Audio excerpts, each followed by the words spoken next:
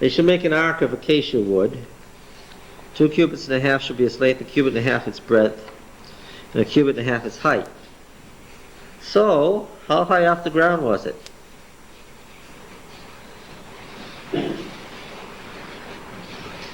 Huh?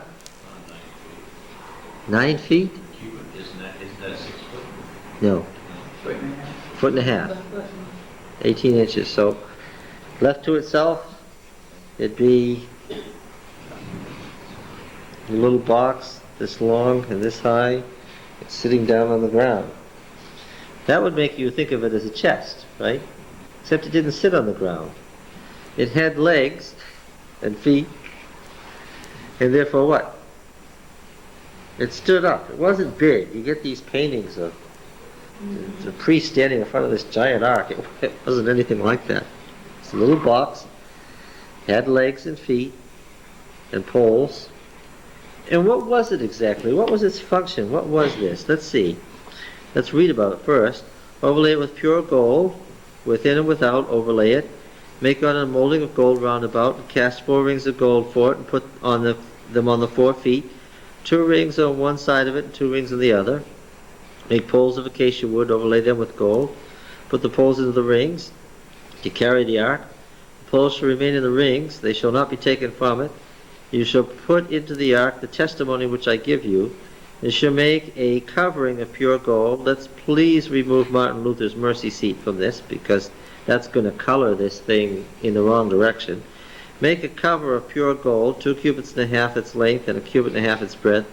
And make 2 cherubim of gold, of hammered work, make them on the 2 ends of the covering. Make 1 cherub on the one end, and 1 cherub on the other end. Of one piece with the covering you shall make the cherubim on its 2 ends. The cherubim shall spread out their wings above, overshadowing the covering with their wings, their faces one to another. Toward the covering shall the faces of the cherubim be. And you shall put the covering on top of the ark, and in the ark you shall put the testimony that I will give you. There I will meet with you, and from above the cover, from between the 2 cherubim that are on the ark of the testimony, I will speak with you of all that I will give you in commandment for the people of Israel. Now what was the ark, and what was it for?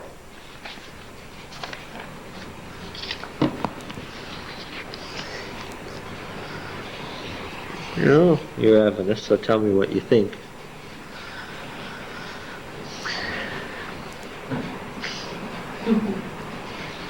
Now, we've just been talking about fundamentalism and what was wrong with it, right? This was L's throne, wasn't it? Well, in Ugarit, this was El's throne, the cherubim throne. Yeah, it was the throne on which he sat.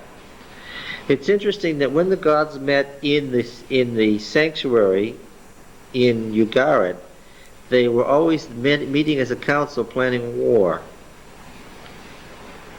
Okay? This is important now. When El was on his cherubim throne in the Ugaritic texts, it was because he was there presiding over the divine council who were planning a war against somebody. Okay? In the context of Ugarit, the heavenly sanctuary, now I'm talking about the tent now. I'm not talking about the palace of Baal. I'm talking about the tent. In the context of Ugarit, the tent was where the heavenly council met to prepare for war. Now, you see, the sanctuary, because of the book of Leviticus, the sanctuary in Adventist minds is a means of disposing of sin. It's primarily a question of atonement. It's primarily a question of the plan of salvation, and it becomes typology and so forth. So Adventists have the sanctuary, have a certain narrow band for the sanctuary. What's the sanctuary about? The sanctuary is about sinning and getting forgiven. That's what the sanctuary is about. Right? Well, and what's the Ark of the Covenant about then? The sanctuary is, huh? The mercy seat. Thank you, Martin Luther. Yes. Luther gave us that idea, right? The ark is about what? As far as again, we're going to use our Sabbath school class here. We're going to pick on them. What's the ark's primary function? As far as they know, its primary function is what? Salvation. Yes, salvation, atonement for sin. We really think of the ark one day a year. What's that? The Day of Atonement, when it has some blood sprinkled on it. Or so Leviticus says, yes. Okay, right? And the sanctuary is really there as a means of getting sin forgiven, which is not the context of the sanctuary in the narratives of the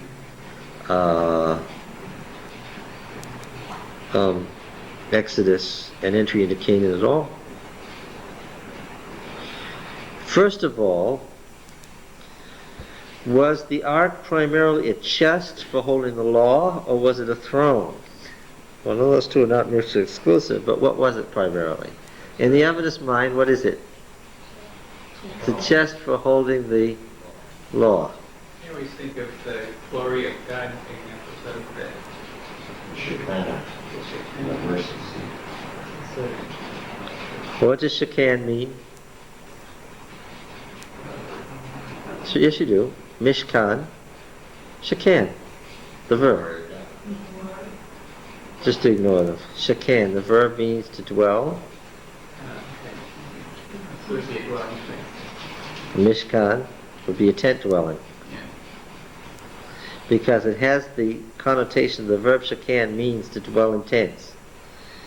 It's what Abraham did. So when God was in the Mishkan, he was in his tent. And Shekinah is his dwelling, so what would the Shekinah be? His dwelling, we translated his presence with a capital P. The Shekinah does not mean glory, it doesn't mean light, it doesn't mean any of those things. It means the presence. Because Shekinah means to dwell in a tent, to live in a tent. So it means the dwelling there. Okay. First of all, in a passage that we've already read, Numbers 10,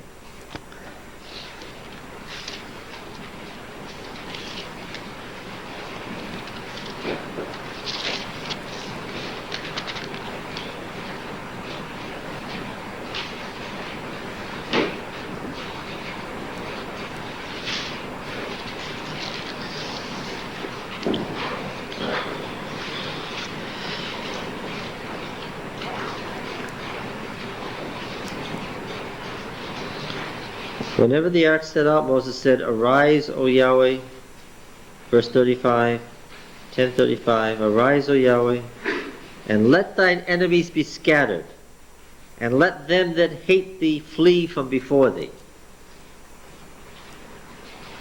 Okay, so we've got this same scattering of the enemies when the gods arise in Ugarit. And arise, second singular imperative, is typically used for a call to war. So the form of the verb is a call for God to do what? Go to war. Now, if we're to take this verse seriously, the movement of the ark indicates what? War. The beginning of a campaign. Yes. The movement of the ark is a sign that war is beginning, one of the holy wars of Yahweh. Okay?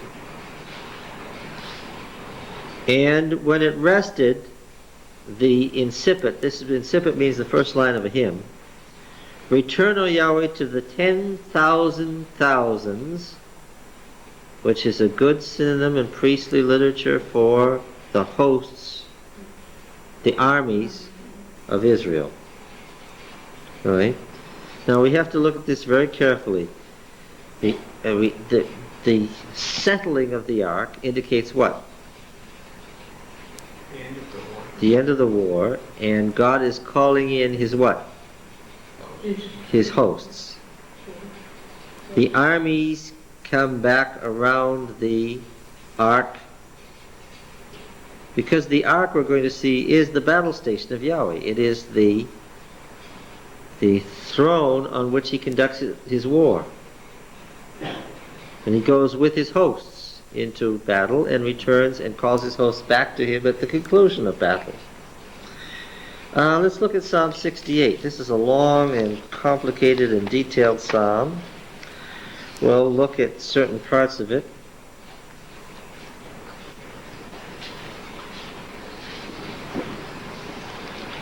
Oh, the RSV has verse 1 translated as adjussive. How does your translations read the first verse? Who's got a translation?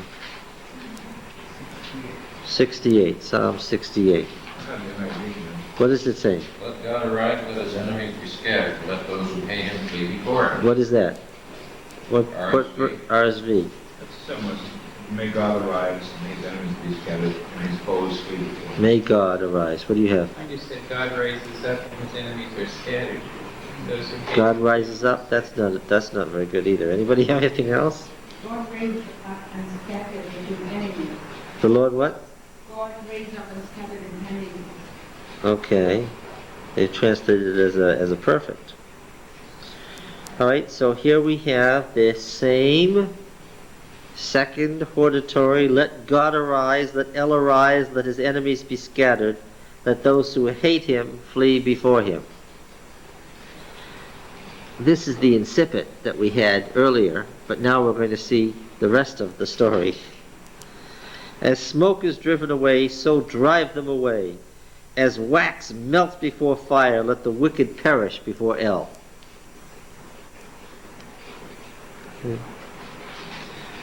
But let the righteous be joyful, let them exult before El.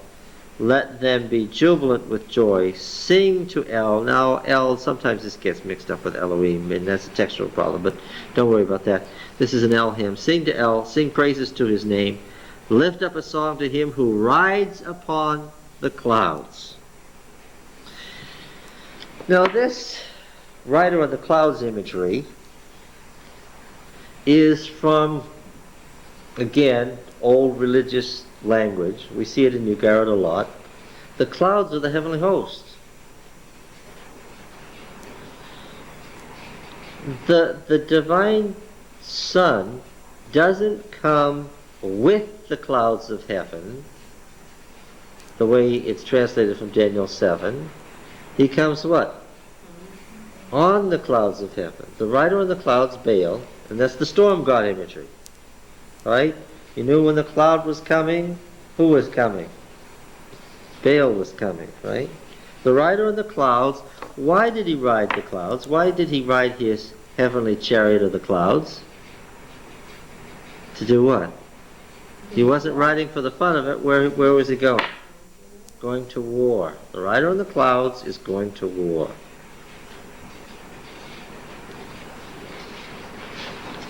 His name is Yahweh.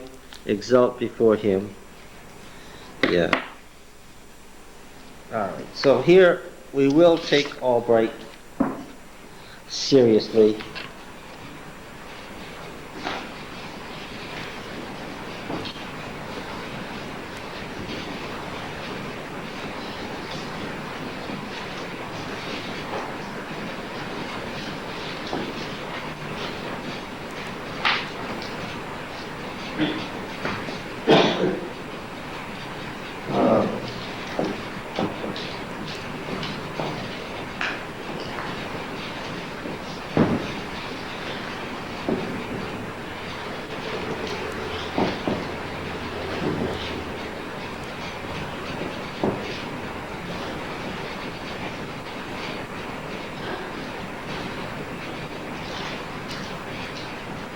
So, Hashemayim, the host of heaven, the host of the stars, Book of Ayam, yeah. That's the name as it appears in North Canaanite texts. El, who does what? Third person singular causative of the verb to be. El, he who causes to be, which is another way of saying creates the heavenly host. Yeah. It's like a hymn. Or Sabaoth, name, Lord of hosts. Yes, Lord of Hosts. Yes, translated from German, and Luther was just writing the line because he was a Hebrew scholar, right? It's El who creates the heavenly host. That was the name. Now you see what happened was, this is the El that the patriarchs worshipped, right? We saw that in Genesis when we studied it. This is the Canaanite El, who in South Canaan wasn't just one of the powerful gods, he was the powerful god, and after all, the patriarchs were operating in South Canaan, not in Ugarit. And then, in the Hebrew religion, the El took on a specialized name in its cultic, that is to say, its special religious denominational language, right? They began to specialize El down to what? In its cultic setting, El became what?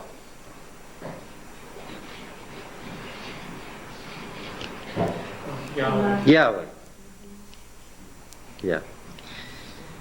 Yahweh is the cultic name of El in the Hebrew religion.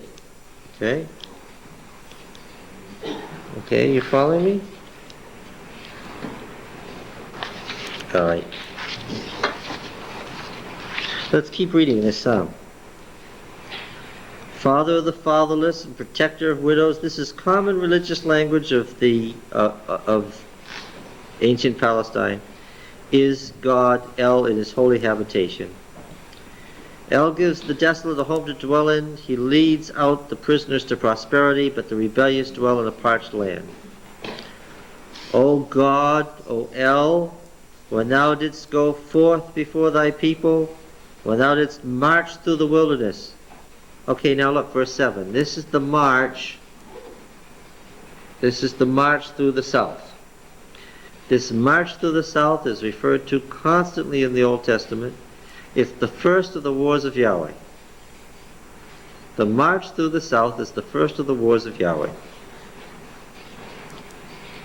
When thou didst march through the wilderness, the earth quaked, the heavens dropped down rain at the presence of El. Yon Sinai quaked at the presence of El, the El of Israel. Rain in abundance, O El, thou didst shed abroad.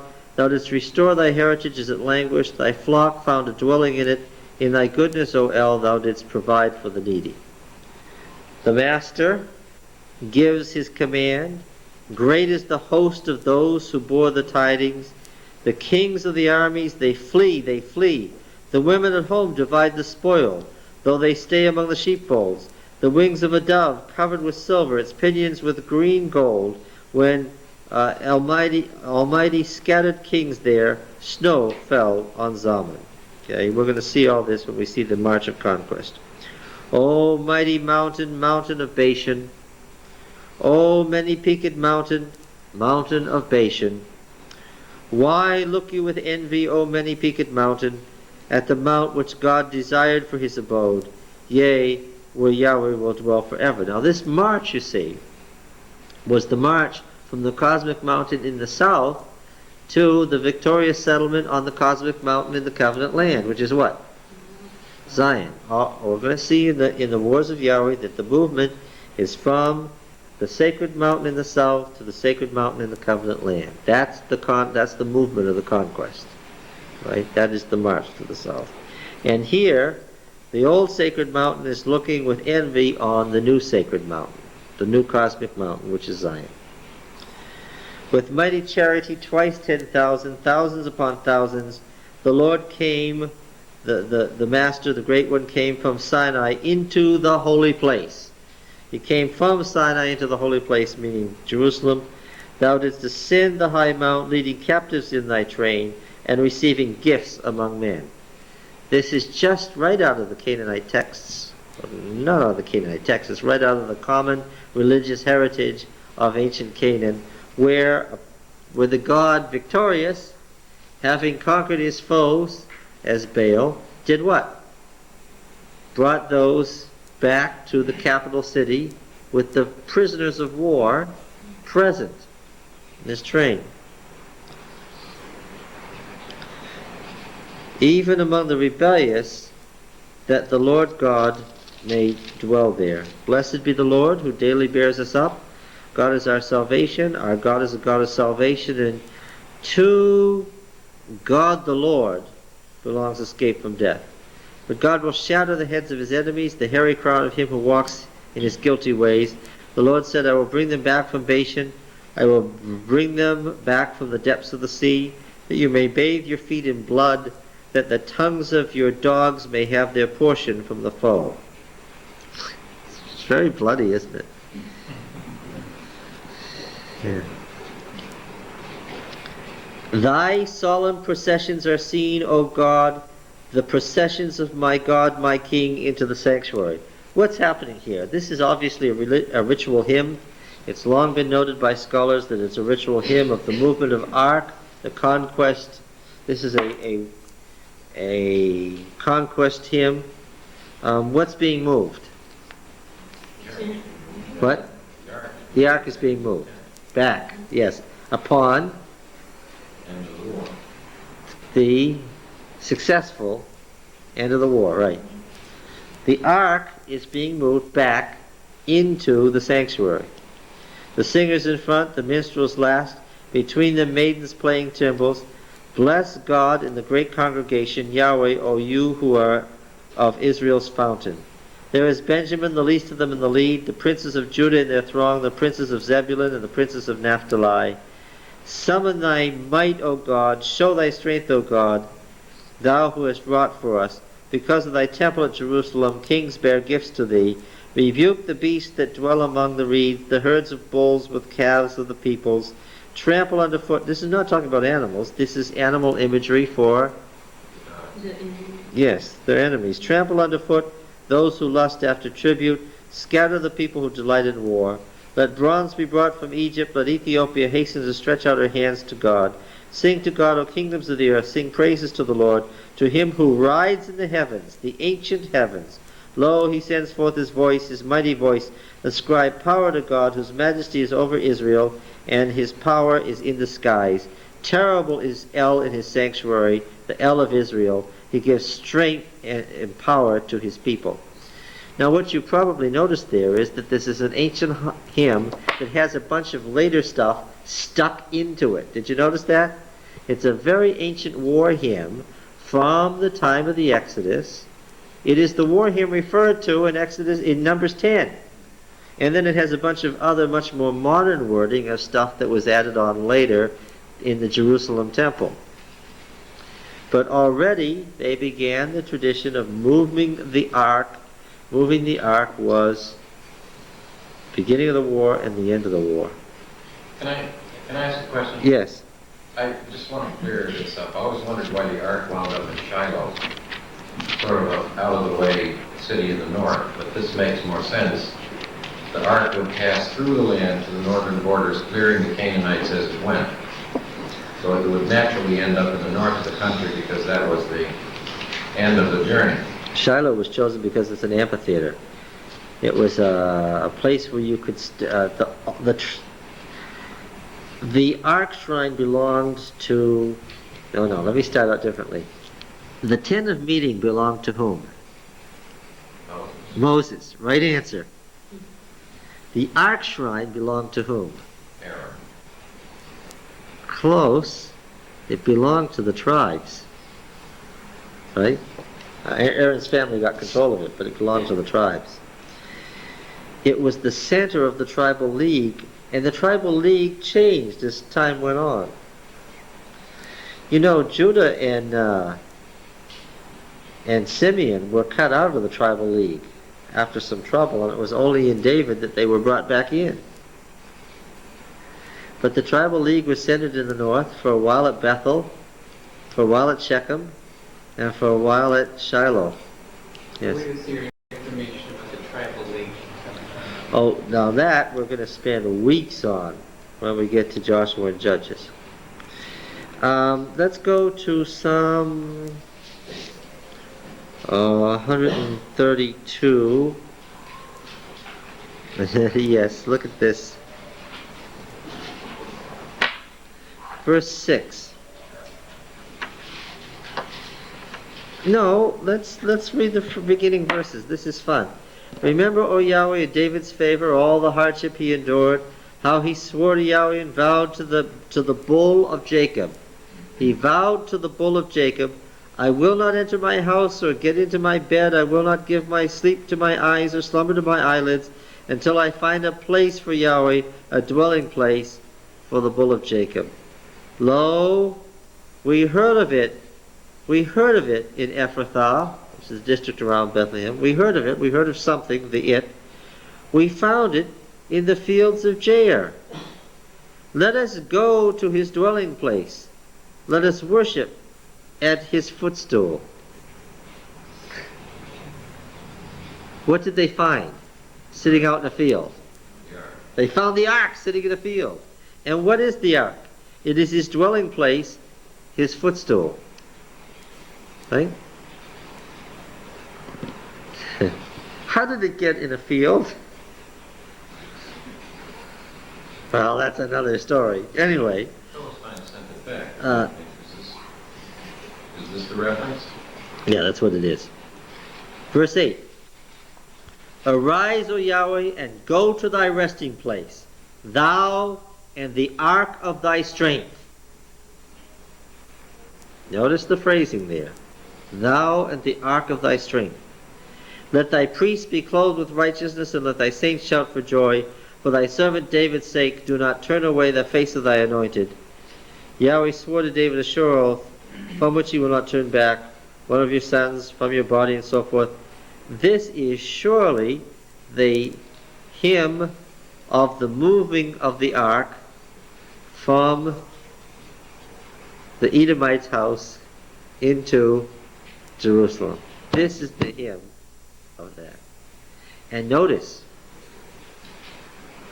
were they having a war? No, they were just moving the ark into Jerusalem. But it's conceived of as what? If you're moving the ark, what is it? It's a sign of holy war.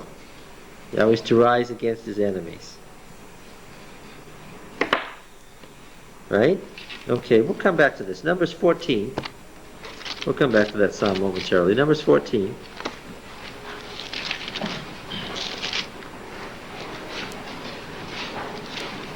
Remember this story? Verse 39. Oh, what is this about? This is about the 12 spies. When you hear Numbers 14, you immediately think, ah yes, the 12 spies, the 12 spies. Everybody should know that Numbers 14 is the 12 spies. Verse 39. This is after God says a day for a year. Stick that little jab in there. And Moses told all these words to all the people of Israel, and the people mourned greatly. And they rose early in the morning and went up to the heights of the hill country, saying, See, we're here. We'll go into the place for which Yahweh has promised, for we've sinned. But Moses said, Why are you transgressing the command of Yahweh? For that will not succeed. Do not go up, lest you be struck down before your enemies, for Yahweh is not among you. For there the Amalekites and the Canaanite are before you, and you shall fall by the sword, because you have turned back from following Yahweh. Yahweh will not be with you. But they presumed to go up to the heights of the hill country, although neither the ark of the covenant of Yahweh nor Moses, who was the minister of the ark and the high priest, departed out of the camp. Then the Amalekites and Canaanites who dwelt in the hill country came down and defeated them and pursued them all the way to Hormah. What's that? You can't go to war, what? Without the ark. Well, you can. What's going to happen? You'll be killed. You think of Hophni and Phineas taking the ark out to battle, and we think how terrible they were doing that. Oh, I've heard that too. That wasn't the author's point. We're coming to that story. That they had the nerve to go to the sanctuary and take the ark out of the sanctuary and take it on the field of battle? That wasn't the author's point. What was his point? That they had the nerve to wait until they were defeated and they were facing their last battle when they were going to be terminated before anybody thought what? Oh yes, we should go get the ark. That was the author's point. That you can't conduct a holy war without Yahweh. And so it was pointless. By then, the fact that it was an afterthought showed that they hadn't been conducting a holy war. Not that it was wrong to get the ark, but that it was wrong not to have it there. It's wonderful about these preconceptions, isn't it? Yes. What do we do? Oh, I'm in Joshua 20. Judges 20. There wasn't anything that looked familiar in Joshua 20 about this subject.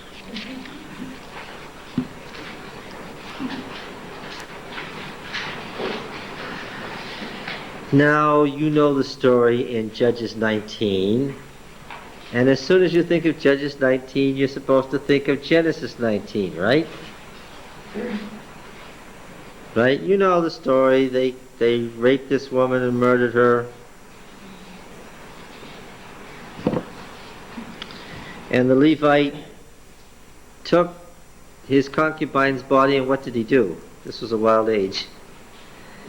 He cut the body into 12 pieces to send a piece to the 12 tribes. Yes.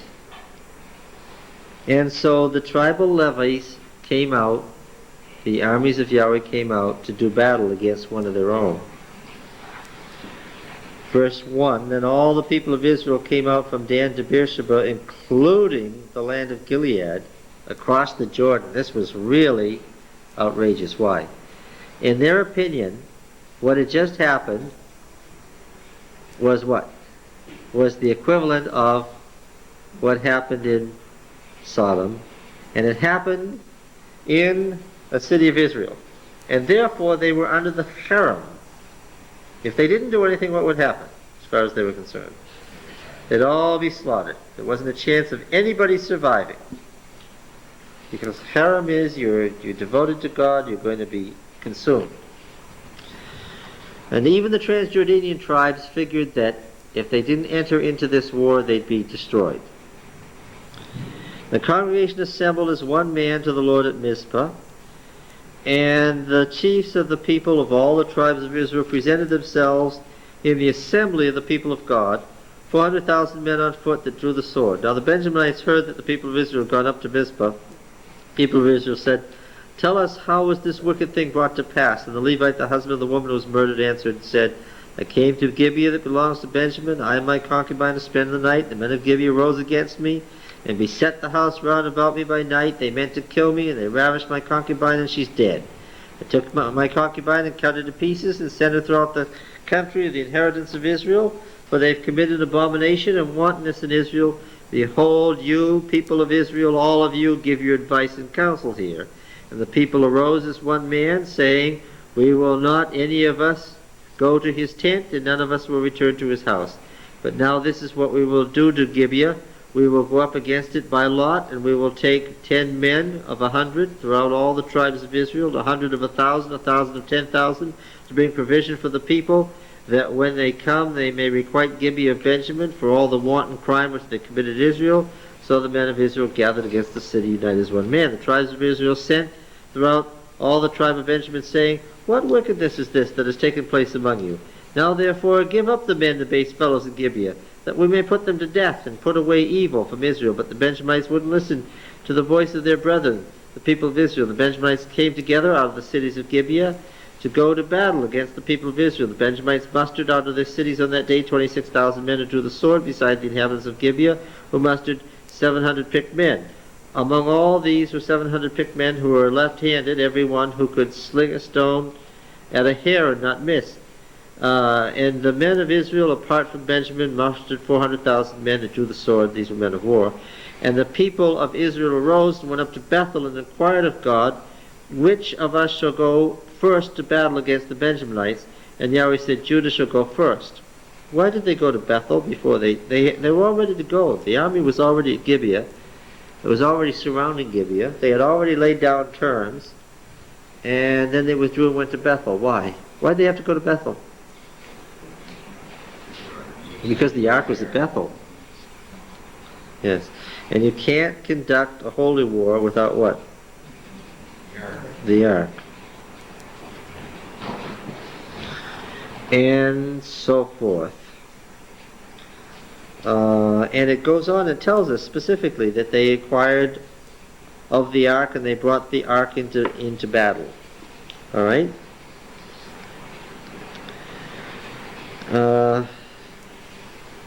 They went up and wept before the Lord until evening and inquired, shall we go again? Right? They wept and fasted, verse 26, at Bethel. They fasted that day into evening, and they offered burnt offerings and peace offerings before Yahweh, verse 27. And the people of Israel inquired of Yahweh, for the ark of the covenant of God was there in those days, and Phinehas the son of Eleazar the son of Aaron ministered before it those days, saying, shall we yet again go out to battle against our brethren the Benjamites, or shall we cease? Yahweh said, go up tomorrow, I'll give them into your hand. So you see, they couldn't even conduct a war against their own people without going to the ark, at the ark's shrine, and getting the Lord's sanction for that. Right? 1 Samuel 4 we've already looked at, but we can look at it again. 1 Samuel 4, the passage we've just been laughing about.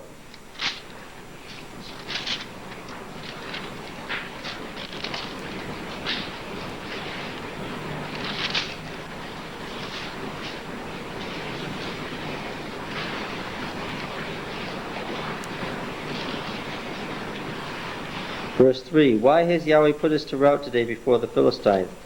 Let us bring the ark of the covenant of Yahweh here from Shiloh, that he may come among us and save us from the power of our enemies. So the people sent to Shiloh and brought from there the ark of the covenant of Yahweh of hosts, who was enthroned on the cherubim. Oh, by the way, that's the whole official name of the ark. It's referred to in a number of places.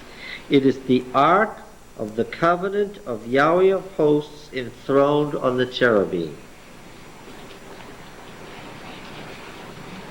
Okay. The two sons of Eli, Hophni and Phinehas, were there with the ark of the covenant of Yahweh. All Israel gave a mighty shout so that the earth resounded. What does this great shout from the camp of the Hebrews mean? When they learned that the ark of Yahweh came to the camp, the Philistines were afraid and said, a God is coming to the camp. Were they right? Woe to us. The Philistines said, a God came into the camp. Woe to us. Were they right? Yeah, that's good holy war theology. No wonder Eli fell over backwards and broke his neck. If the ark is conceived of as the throne of God,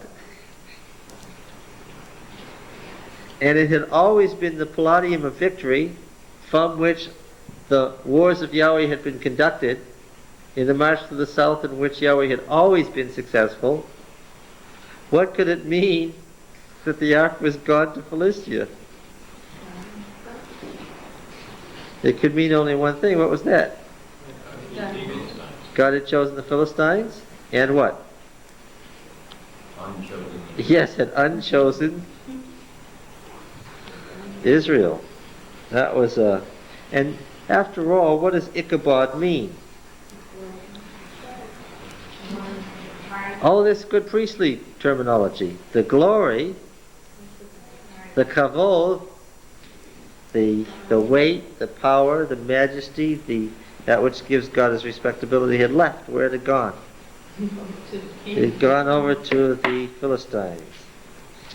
There's a difference in this story here too, like if you compare it with the Benjaminites story, they didn't go up to the ark and inquire before they took it out. They just went and took it out. Oh, the whole pattern of holy war is broken in this passage. Their taking it out wasn't the proper thing at all. Okay. Now let's see.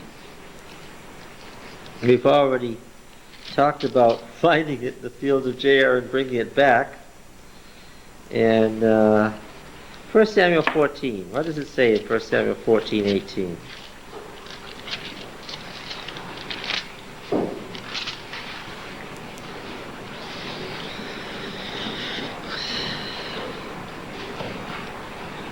Verse 16, the watchmen of Saul and Gibeah of Benjamin looked, and behold, the multitude was surging hither and thither. Then Saul said to the people who were with him, number and see who is gone from us. When they numbered, behold, Jonathan and his armor-bearer were not there. And Saul said to Ahijah, bring hither the ark of God. For the ark of God went at that time with the people of Israel.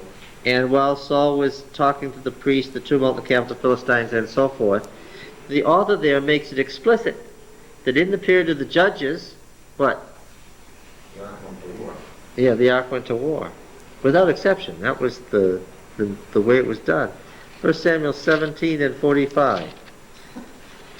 Go over a little further. I hope this gives you a different picture of the ark.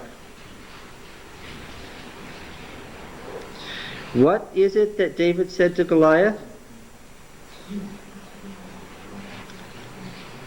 Oh, you have to understand that the ark was right there. And what did David say? Verse 45, David said to the Philistine, you come to me with a sword and a spear and with a javelin, but I come to you in the name of Yahweh of hosts, the God of the armies of Israel. Now this phrase, Yahweh of hosts, is always associated with the ark. What was there on the field? The ark, yes. Right? And in 2 Samuel 6, we saw David dancing before the ark. Yes, he was bringing it to Jerusalem, but we've already seen from Psalm 68, when David moved that ark into Jerusalem, that was seen as what?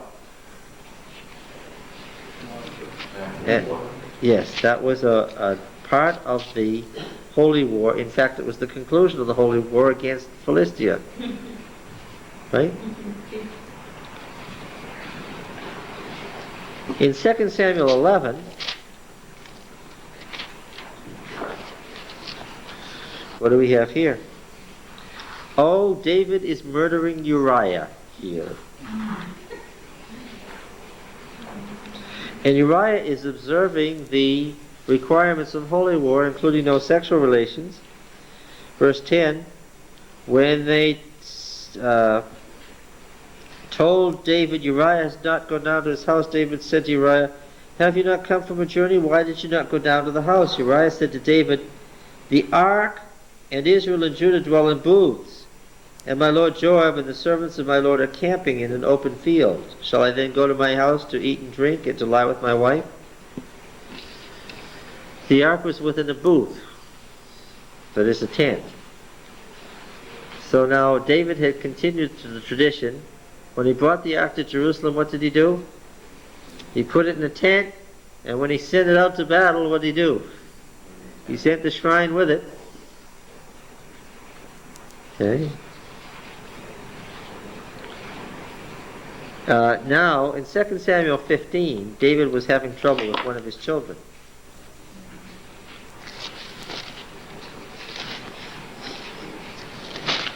This is intended to be comforting.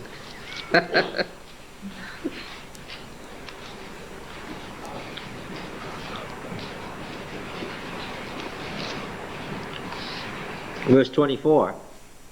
There was a civil war going on here. And Abiathar came up, and lo, behold, Zadok came also, with all the Levites, bearing the ark of the covenant of El. What was the question? What was question number 1? No, that wasn't question number 1. 5. Who were David's 2 high priests? And they set down the ark of God until the people had passed out of the city. Then the king said to Zadok, carry the ark of God back into the city. If I find favor in the eyes of Yahweh, he'll bring me back and let me see both it and his habitation. But if he says, I have no pleasure in you, behold, here I am, let him do what seems good to him. The king also said to Zadok the priest, look, go back to the city in peace, you and Abiathar with your sons, Ahimaaz and Jonathan. See, I will wait at the fords of the wilderness until word comes from you to inform me. So Zadok and Abiathar carried the ark of God back to Jerusalem, and they remained there. David would not take the ark because, obviously, he was not saying that a fight between him and his son for control of the monarchy was a holy war, right? But the priests, both high priests, were perfectly willing to do what? To take the ark into battle against Absalom. All right. How about Psalm 24? Psalm 24 should be familiar to everyone. We'll just put it in its proper context today. I hope this is giving you a different picture of what is the ark. Psalm 24.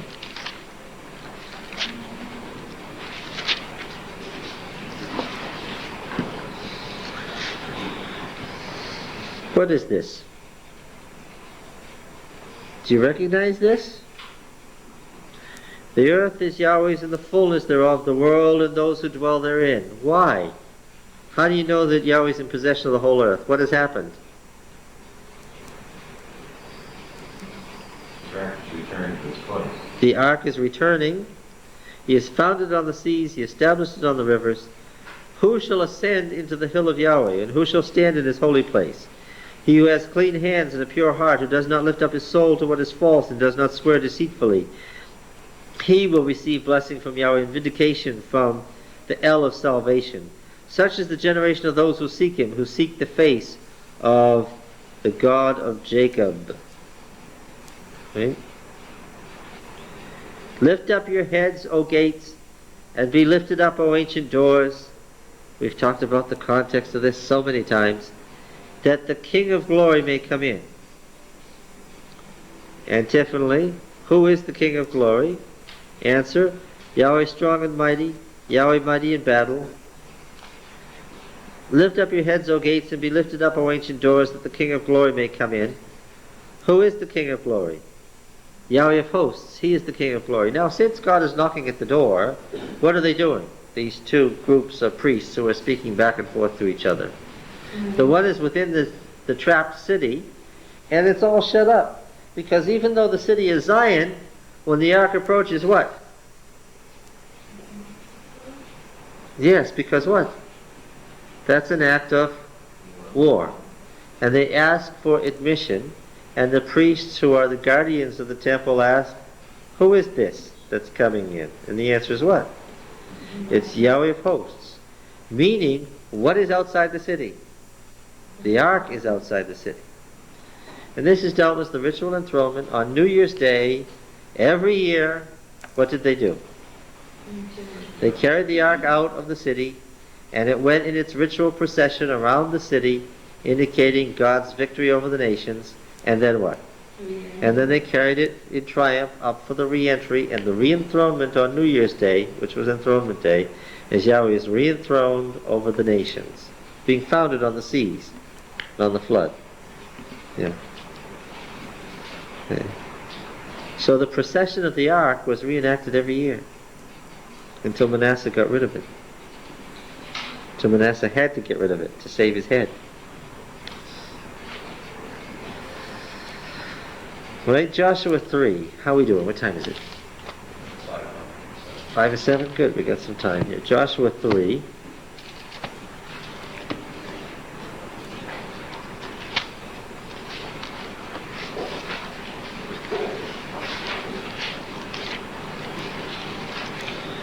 Since Yahweh of hosts is also the rider on the clouds, and he's borne by his hosts along, you can see why they'd never take the poles out of the ark, and why it always had to be carried.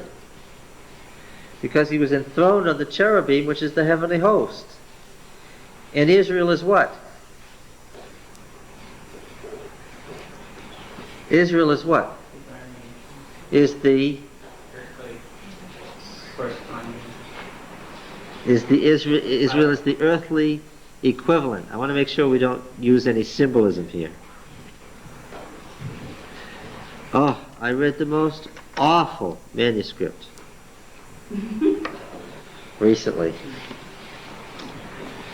written by an Adventist administrator, the editor of an Adventist journal. I won't say what Adventist journal. He's trying to solve the problem of Daniel 8. Is the little horn attacking Jerusalem, or is he attacking the heavenly temple? Well, you read all the way through the studies in Daniel by the Biblical Research Committee, and one scholar says he's attacking Jerusalem, and another scholar says he's attacking the heavenly temple, and what's the answer? There's no such distinction in cosmic war.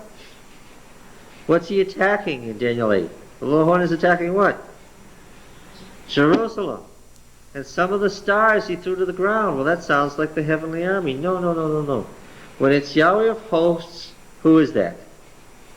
That's Yahweh's armies. And who is that? That's the cherubim and what?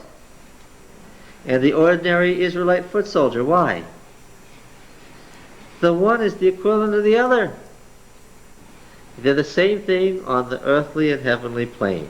That's what cosmic war is. Are these historical wars of Yahweh, this march to the south, or is this cosmic war with battle with the gods? Oh, what's the answer? It's the same thing. Let's keep our finger in Joshua 3 and look at the Psalm in Habakkuk, which is a very ancient war here. Habakkuk 3. Can you all find Habakkuk?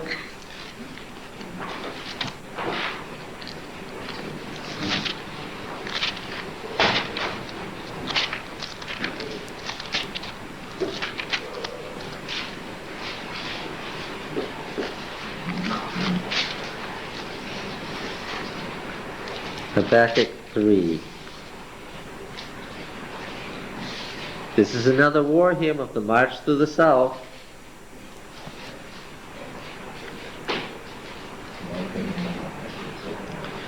Habakkuk 3 and verse 3. Is everybody with me? El came from Teman, and the Holy One from Mount Paran. It's probably the real name of Mount Sinai, because Sinai just means what, Mount Sinai? There's no such name. What's it mean? It was the wilderness of sin, S-I-N, and Sinai is what? The one of sin. It's the one of the wilderness. It's the mountain of the wilderness of sin, whatever that is. Okay? Its name we have here. God came from Teman, and the Holy One from Mount Paran. His glory covered the heavens, and the earth was full of his praise. His brightness was like the light. Rays flashed from his hand. Just look at ancient Near Eastern pictures in the library. You'll see seals with the rays coming out of the god's hand. This is thunderbolts, Baal. Rays flashed from his hand, and there he veiled his power. Before him went pestilence, and plague followed close behind. He stood and measured the earth. He looked and shook the nations. Then the eternal mountains were scattered, and the everlasting hills sank low. His roads were as of old, ancient times. I saw the tents of Cush in affliction, and the curtains of the land of Midian did tremble. Was thy wrath against the rivers, O Yahweh? Was thy anger against the rivers, or thy indignation against the sea, when thou didst ride upon thy horses, upon thy chariot of victory? Do we have historical imagery here or cosmic imagery drawn from the ancient myths of the battles of the gods? Which? Both. Well, they're mingled together. Thou didst strip the sheath from thy bow and put the arrows to the string. Thou didst cleave the earth with the rivers. The mountains saw thee and writhed. The raging waters swept on. The deep gave forth its voice. It lifted its hands on high. Now the deep, of course, is the realm of the underworld gods. It's lifting up its hands in supplication at the theophany, the appearance of Yahweh in his march through the south. The sun and moon stood still in their habitation at the light of thine arrows as they sped, at the flash of thy glittering spear. Thou didst bestride the earth in fury. Thou didst trample the nations in anger. Thou wentest forth for the salvation of thy people, for the salvation of thy anointed. Thou didst crush the heads of the wicked, laying him bare from thigh to neck. Thou didst pierce with thy shafts the head of his warriors, who came like a whirlwind to scatter me, rejoicing as if to devour the poor in secret. Thou didst trample the sea with thy horses, the surging of mighty waters. Okay? This cosmic imagery, old mythic imagery of the battle of the gods. And it's all set in the context of the march to the south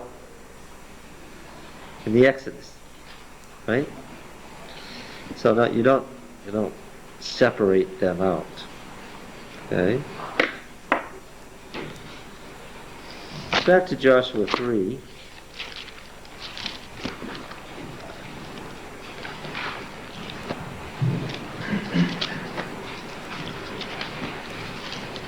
Well, what were they doing here in Shittim? Verse 3, command the people, when you see the ark of the covenant of Yahweh being carried by Levitical priests, set out from your place and follow it, that you may know the way you shall go, for you have not passed this distance before. A space between you and it, the distance of 2,000 cubits. Do not come near it. Sanctify yourselves, for tomorrow Yahweh will do wonders among you. Joshua said to the priests, take up the ark of the covenant, pass on before the people. They took up the ark and went before them. Now this is the ritual conquest. Yahweh said to Joshua, this day I'll begin to exalt you in the sight of all Israel, and so forth. The priests go into the river stops, the people pass over, the ark follows, the stones of memorial, the crossing is completed. They set up the circle of stones. That's what Gilgal means, the circle. They encamp in Gilgal, keep the first Passover in the land, and, verse 13, 5:13, when Joshua was by Jericho, he lifted up his eyes and looked, and behold, a man stood before him with his drawn sword in his hand. Joshua went to him and said to him, are you for us or for our adversaries? Joshua was the commander of the armies of the Lord. He saw a man with a drawn sword, so what did he do? Joshua obviously was not a shy person. What did he do? He went up to him to do battle. Now what he didn't know was that this was his other self. This was his other self. Why? Who was this person? The commander of the armies of the Lord, which is what Joshua was. The cosmic commander and the earthly commander were meeting. They're the same. Okay? He said, no, but as commander of the army of Yahweh I've now come out. Joshua fell on his face in worship and said, what does my Lord bid his servant? The commander of Yahweh's army said, put off your shoes from your feet, the place where you stand is holy. And Joshua did so. Then they marched around Jericho. It wasn't so much that they marched around Jericho. What was it? The trumpets and so forth. Before the ark, yes, what was it? Oh yes, it's a study of psychological warfare. They got closer to the walls every day. But what was the point? It was the ark that was going around the sanctuary, the city, and getting closer and closer. Yeah. All right. And the city was a devoted city, meaning it was to become a whole burnt offering. And that's what whole burnt offering. It was a devoted kerem. It was an offering to Yahweh. And that's when Achan or Acho or whatever his name was stole the garment, the silver, and there was all that trouble as a result. All right? But the point is that you can't conduct a holy war without the ark. All right?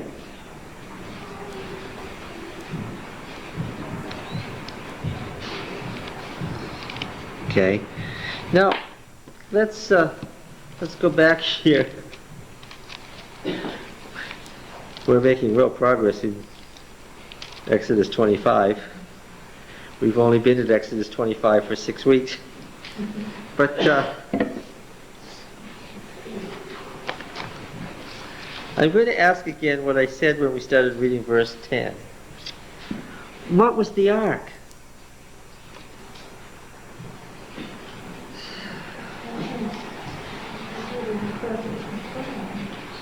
I will say it this way. The whole sanctuary was just the ark shrine. Okay? The sanctuary was just the ark shrine. That's all it was. And what was the ark? Yes, it was his war throne. We see it again in Ezekiel 1. It was his war throne. And was connected in their minds not so much, yeah, okay, so I understand now why they had to go through all this ritual of purification from sin. That wasn't an end in and of itself. Oh yes, that's the part we read because we're Adventists, when we read Leviticus 16 about the Day of Atonement and all that. That wasn't the issue. What was the issue? The issue was the war. And you couldn't win the war unless what? Pure. Unless you were pure, because ritual purity was part of holy war. And in sacral warfare, they had to have a way to become purified before they went into battle. And that's what the purification stuff was about. It was a means to an end. And the end was to conduct the holy war successfully. Whereas when we study this as Adventists, when we talk about the sanctuary and its whole service, what do we think of it? We think of this ritual purity as the end in and of itself, that that's what it was about. No. That isn't what it was about. That was the lesser thing leading to the greater thing. Do you have it? Are you with me? You understanding what we're saying? All right. So what was the ark? The war throne of God. All right. Maybe that leads to a more aggressive view of the Christian life. Instead of just sort of concentrating on yourself and getting rid of your sins, instead you're going to battle and you purify in order to go out and serve or something. You see, the whole battle of the gods in Ugarit originated from the fact that there were evil gods. How did they get to be evil gods? Oh, well, we haven't talked about that yet. The Ugaritic myths mention how they got to be evil gods in the first place. And it all started with Venus. Venus is a very bright star, see? They thought of it as a star. We know it's a planet. Forget that. It's very bright on the eastern horizon just before dawn. How did such a bright star get down on the horizon just to be eaten up by the sun in the morning? Remember that the ancient myths were the religion and the science blended together. They explained the scientific facts, the observable phenomenon, in religious terms. Well, it happened this way. Where would you expect such a bright star to be? Up at the top of the dome of the heavens. Well, that's how it was, the Ugaritic myths say. You see, Venus is one of the evil gods. And what happened was, Venus was one of the top gods and wanted to take over the throne of El. And so he got together a third of the gods, and they tried to rush El's cherubim throne on the cosmic mountain. And there was war right around the sanctuary, with El and his gods fighting against the other great gods. A third of the gods had rebelled. And what happened? El won and threw it in. And threw him down to the earth, which is why Venus sits on the horizon, so that when you look at Venus about to be eaten up by the sun, you can see the outcome of the original war among the gods. See, that's the beginning, that's the 30th century BC, first written down form of the great controversy. Yeah, You see? Yeah.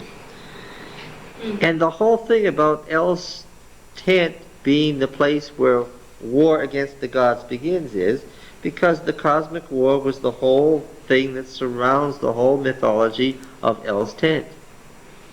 So the tent was originally part of the war theme of the cosmic war. We call, in Adventist terminology, the cosmic war what?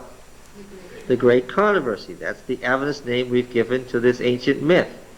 Now you understand what I mean by myth. Myth has nothing to do with whether something's true or not. What does it mean? Pretty historic story. You know? the way of explaining Yes. it.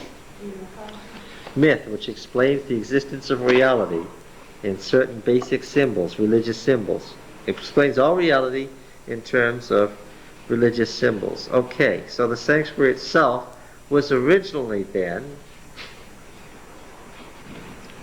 what? A war shrine. And the camp as we see it in Numbers 2 and 3 is what? It is a war camp, and the whole ritual of purification is there. Now, of course, later on, when they became a great empire, and then eventually became the part of other empires, this idea of holy war and the sanctuary as holy war died away, right? And I mean, in Jesus' day, people weren't thinking in terms of a sacred war. What were they thinking of? They were thinking of the temple in terms of purification, right? Its original intent had almost disappeared from history. Okay. Now then, let's go on to the next thing. Why did it disappear?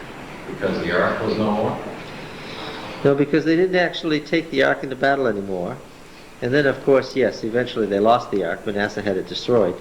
But, had to have it destroyed. Actually, it was turned into a pagan god.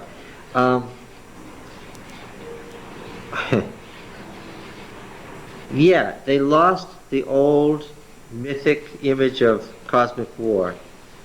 Remember one of these passages we read said, in those days the ark used to go out with Israel into battle. What does that tell you? Tells you that at the time that was written, that didn't happen. Yeah. Can somebody tell me what the table is? Make a table of acacia wood, 2 cubits its length and a cubit its breadth, cubit and a half its height, overlay with pure gold. Make a molding of gold around it. Make around it a frame a handbreadth wide, a molding of gold for the frame. Make for it 4 rings of gold, fasten the rings, the 4 corners, the 4 legs. Close to the frame the rings shall lie as holders for the poles to carry the table. Make the poles of acacia wood, overlay them with gold, and the table shall be carried with these. And you shall make its plates and dishes for incense, and its flagons and bowls with which to pour out libations. Of pure gold you shall make them. And you set the bread of the presence on the table before me always. What is that? What is it?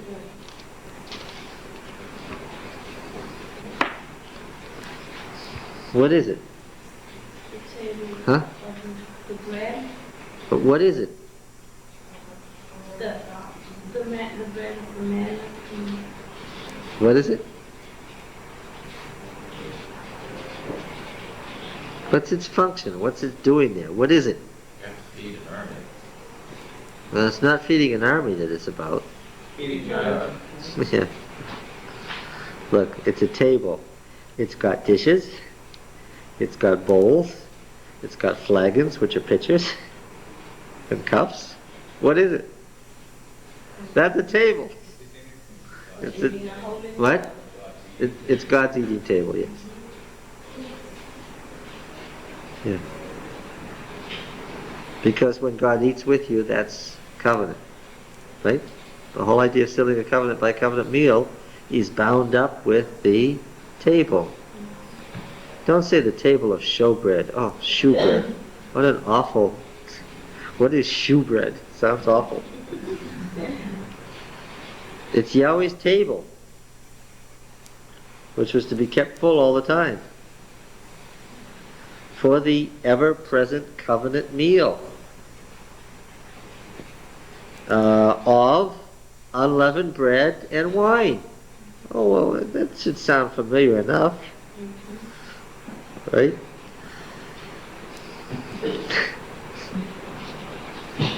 But that was only instituted at the Last Supper. That's right. That's right.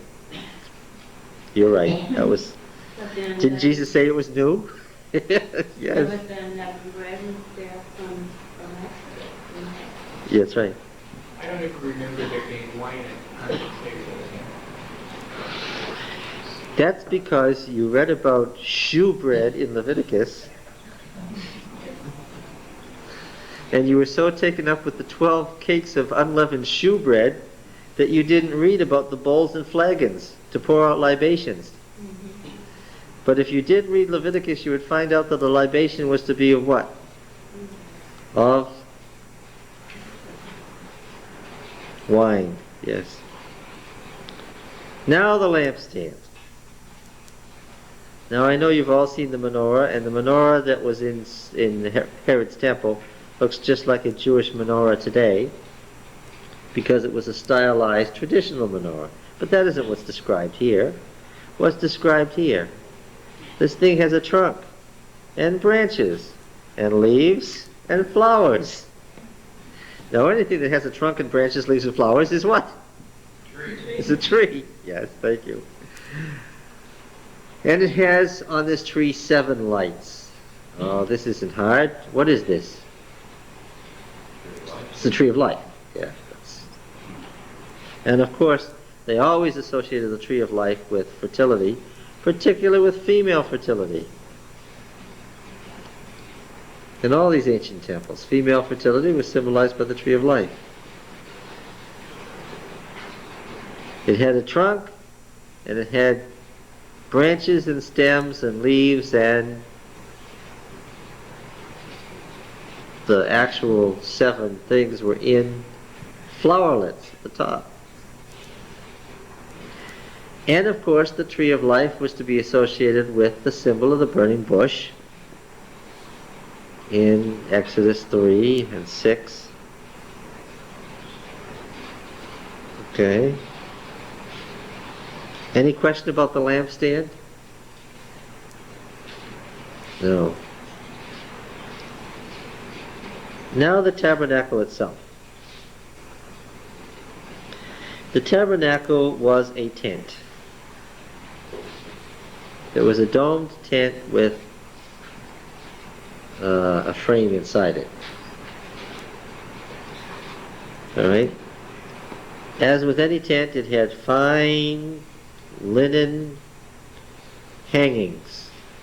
Now the Arabs had such tents to this day. Ibn Saud, who founded Saudi Arabia, became its first king back in the 30s with the help of the American oil companies.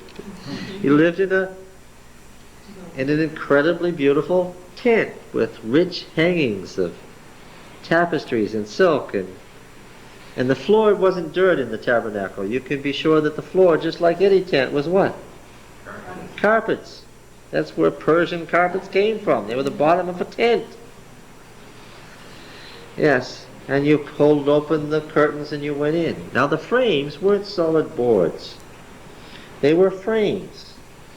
They were gold frames that were pinioned together.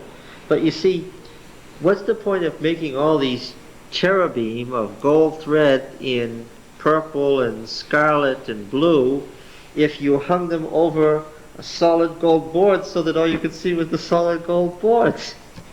Right? You'd miss seeing what was on the hangings. The boards were hollow so that you could see what was on the hangings. Okay? So that the boards looked more like gold pillars than anything else. But when you got inside, you would still have the feeling of a tent with curtains. The picture we have of solid boards of gold all socketed together wouldn't be a tent. What would it be? It would be a temple with some curtains over it. No, this was a tent. All right.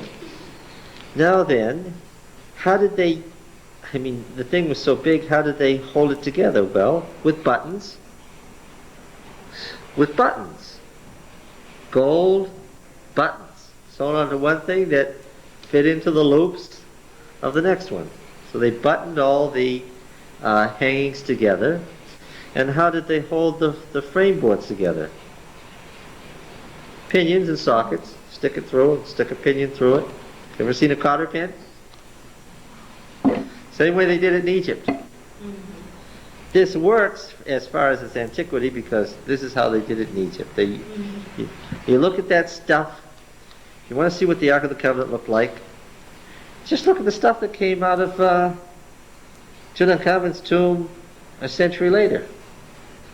Look at their box shrines. You can see exactly what it looked like.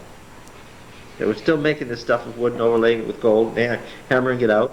What they did was they poured the gold out hot, molten, onto hot paraffin, and then they, as it dried, they hammered it. That's how they did it.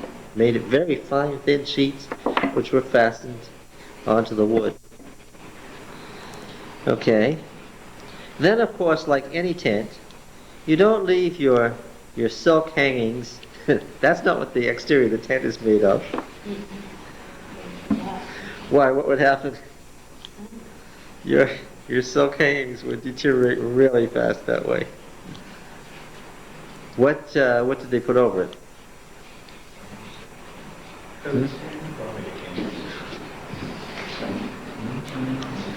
Go there. Ram skins and goat skins. Ram skins and goat skins, yeah. Tanned. Why do Arabs in the desert wear all those solid black garments? Wouldn't that make you hotter? No, that's not the idea. It's dry. Dry, dry, dry, drier than anybody in New England can imagine. Right? And what's the great danger? That you'll shrivel up and die. And what's the whole point? All those heavy hangings are for what purpose? To keep a climate inside that is different from the desert outside. Yeah. So the tabernacle was barred together, and then these veils aren't hard to understand, are they? These large tents having two rooms, the outer room, of course, was to entertain your guests, and the inner room was your bedroom. That was your private area, right?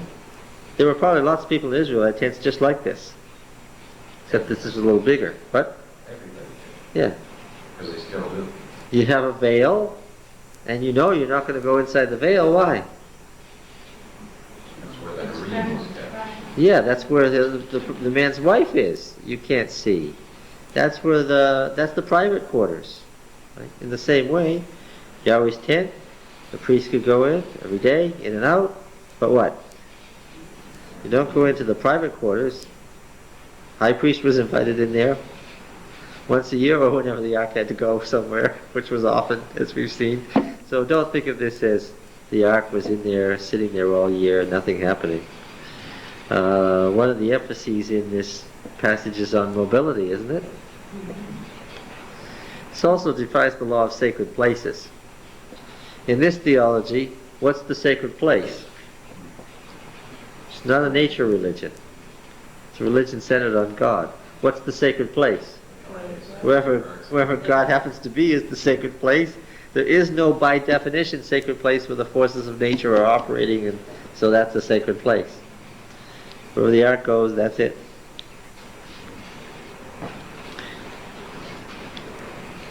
All right, now the altar.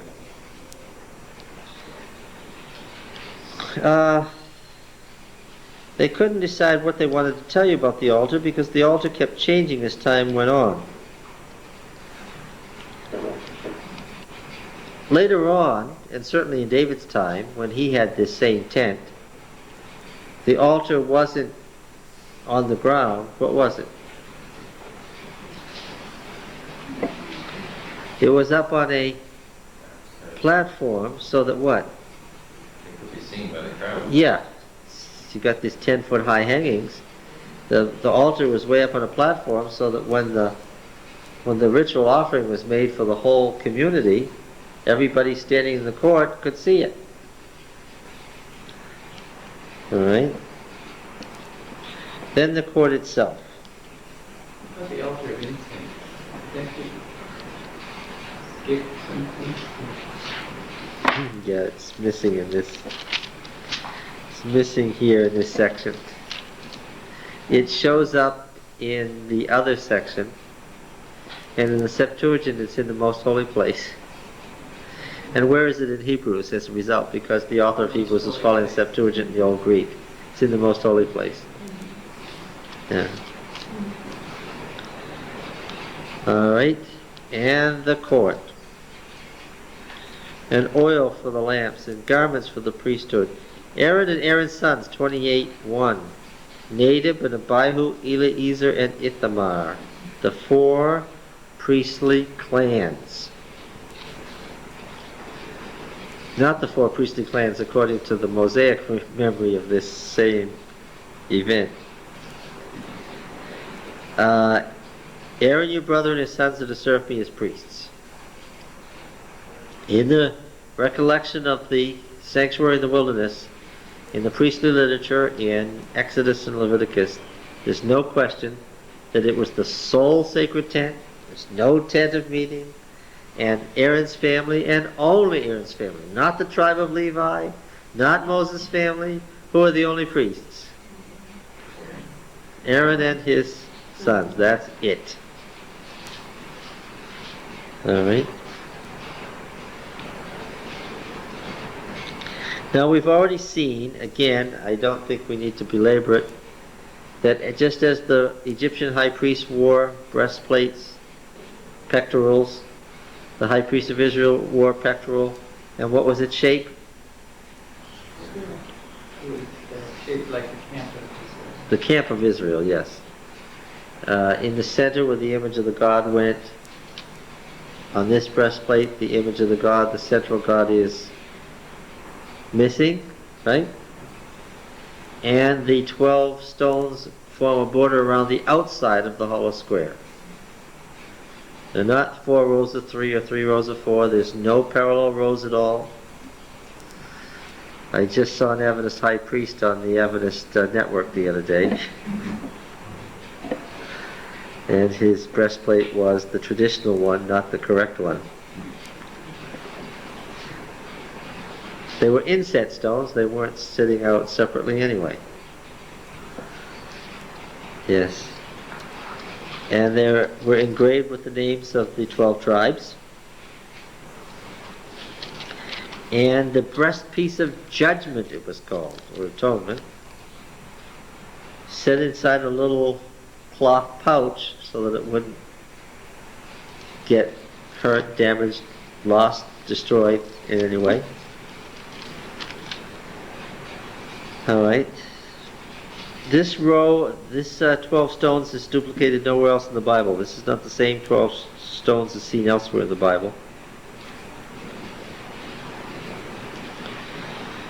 And the white inner garment of all the priests set over by 2 other garments, a blue one and then this purple and red and blue, much richer, fine, shiny silk exterior one that matched in style, in color, in content. It was identical to what?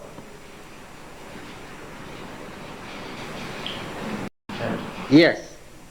So if you looked at the tabernacle and you saw its front doors and you knew that the inner hangings were all of that same material and color and design, the high priest matched.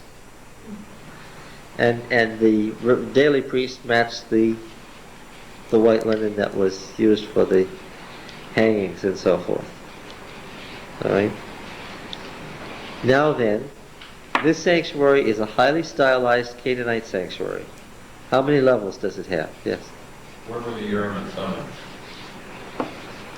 Moses had them, of course, Deuteronomy 32 or 33. Where were they?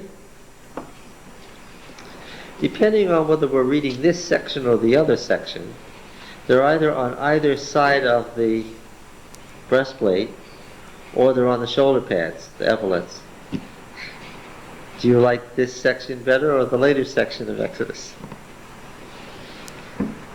What does this lead me to believe? It went from the practice of the day. That's right. Where it appeared. Yeah. You have some pectorals in Egypt where there are 2 sacred stones on either side. I imagine that's the way it was originally. But it must have become cumbersome because they put it up here, probably safer. They used them for clasps. Yes. Sacred stones were used for the clasps. Yes. So, what does that lead me to believe? That they did it 2 different ways at 2 different times. The later passages are somewhat later, as we'll see. We're going to see that that is so.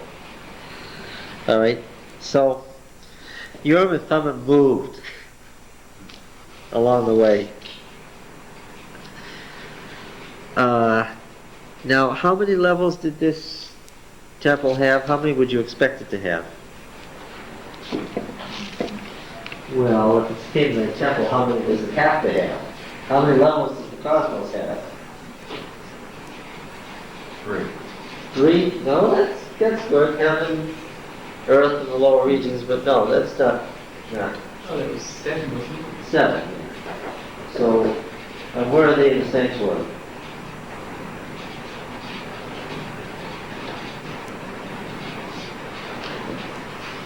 And then, oh, look at that. Way out there, not drawn to scale, was the priestly families, right? And then the tribes, and then the world beyond. You gotta put a gate here, gates. Again, how big was the square around the sanctuary? 3,000 feet? Is it 1,000? Per side. Right. So, how far across was it? Over a mile. Over a mile. That's what I told you before. It was 6,000 feet across. It was over a mile. This is 90 feet long, and it was over a mile square. We didn't get close to the sanctuary. All right? So,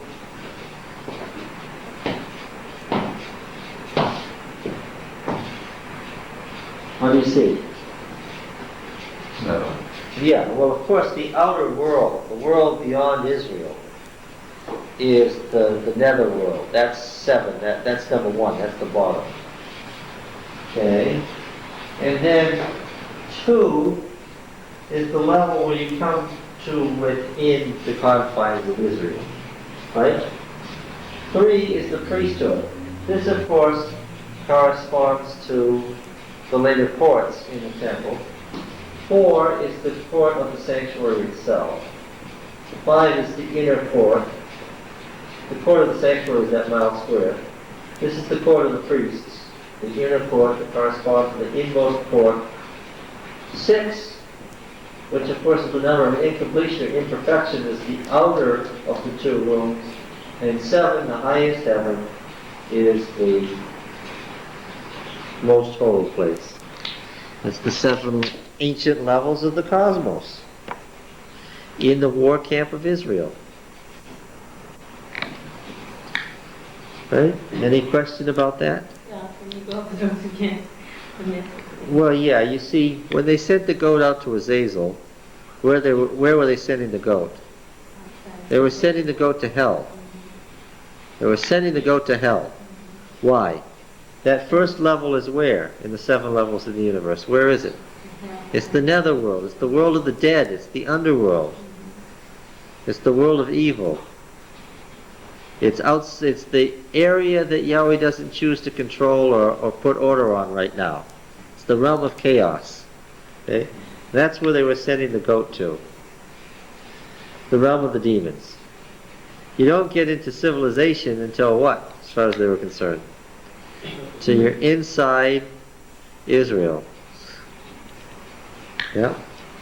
But of course you got to keep going, because the whole movement is both in, see this big argument, scholarly argument, is the movement of the sanctuary inward toward the most holy place or outward from the most holy place?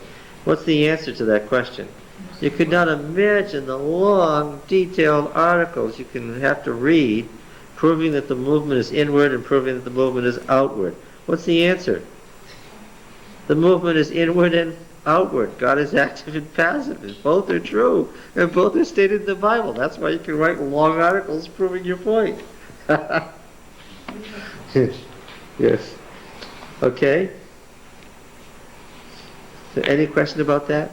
We'll hit that again when we come to Leviticus 1 through 16. Movement inward, movement outward. All right. Okay. Any other question about this? Now I know that we didn't say that one thing in the sanctuary represented what? We didn't even use the word represented.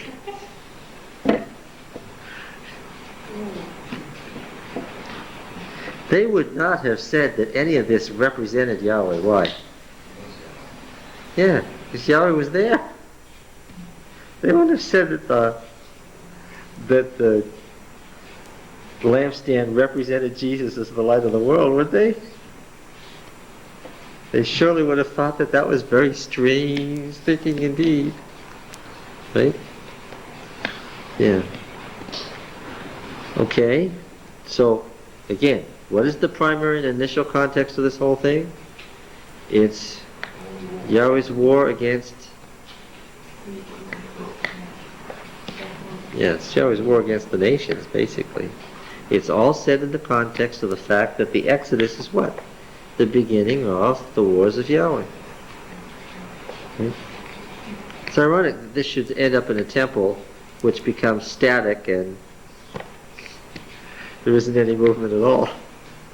Right? Yeah. Okay. Next time. It would be well worthwhile to compare chapters 25 to 32 with the second description. See what you can find that's alike and different in 35 to 41. Is it 41? 40. Read 35 to 40 and compare it now. I presume that you read 25 to 32. I did. I read it a couple times. Now read that section and compare it to 35 to 40. Find out how they're the same and different, and see if you can ferret out any suggested as to time between the two sections. And something else that bears good and useful reading by comparison is to read the description of the temple and see how they handled the description of the temple in comparison to how they handled the description of the sanctuary. Beginning in 1 Kings 6. See what similarities and dissimilarities you can find there. And there's Ezekiel. Yeah, we'll read Ezekiel 40 to 48 eventually and read his temple and see what's going on there too. Alright. And we'll even stop with the New Jerusalem, which is the temple in Revelation.